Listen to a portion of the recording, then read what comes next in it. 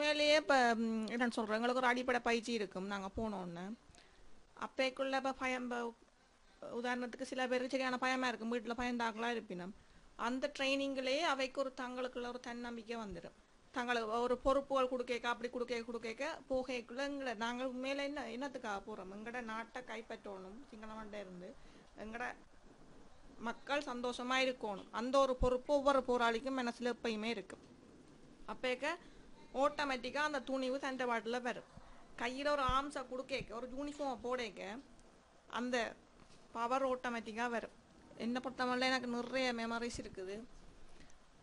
ஒன்றா இருந்த போராளிகள், நாங்கள் களத்தில் நிற்கலே எங்களுக்கு பக்கத்தில் வீரச்சாடைகிற சம்பவம், காயப்படுற சம்பவம், அப்படி நிறைய சம்பவங்கள் இருக்குது. இப்போ இறுதியாக நான் என் சகோதரியோடு இருந்து பிரிஞ்ச சம்பவம் அப்படியெல்லாம் நிறைய இருக்குது. இது 2009 5ஆம் மாதம் 16ஆம் தேதி 15ஆம் தேதி இரவு நடந்தது. ஷெல், அதாவது ஒரு மருத்துவ வசதியும் இல்லாத சூழ்நிலை, மக்களுக்கே மருத்துவ வசதி இல்லை. அவ்வளோதான் என்ன சொல்கிறது. அதுக்கு அப்புறம் அப்படியே ஆமி எடுத்து கொண்டு வந்ததான். ஒரு நாள் ஃபுல்லாக எந்த ஒரு சிகிச்சையும் இல்லாமல் இருந்தது கை. பிறகுதான் ப்ளீட் பண்ண சும்மா சுற்றி கட்டி இருந்தது சாரியால். பிறகுதான் அதாவது ஷெல் இதுக்கால போய் இதுக்கால இருந்தது. பீஸ் இப்படி எந்திரத்துக்கு இருந்தது. அந்த பீஸை அப்படியே ஒரு மெடிசின் ஒரு ஆள் தான் அப்படியே பார்த்து கொண்டிருக்கவே இழுத்து எடுத்துட்டு எல்லாம் க்ளீன் பண்ணிவிட்டு இது மேலே உட வண்டியாக ஒரு பெனமட்டையை வச்சு மேலே கட்டிட்டு இதை ஸ்லிங்கில் போட்டு விட்டது. சிகிச்சைன்றதுக்கு எதுவுமே இல்லை, சும்மா இருந்ததை வச்சு செய்தது தான். அப்படி தான் அங்கே இருந்த எல்லாருக்குமே நடந்தது. என்னை பொறுத்த மட்டும் எங்களோட விடுதலை புலிகள், அதாவது அந்த அமைப்பு பயங்கரவாத அமைப்பே இல்லை. நாங்கள் எங்களோட நாட்டை கைப்பற்றணுமன்றதுக்காண்டி போராடினாங்க. அவ்வளவுதான். மக்களை பாதுகாக்கணும், எங்களோட நாட்டை பாதுகாக்கணும்.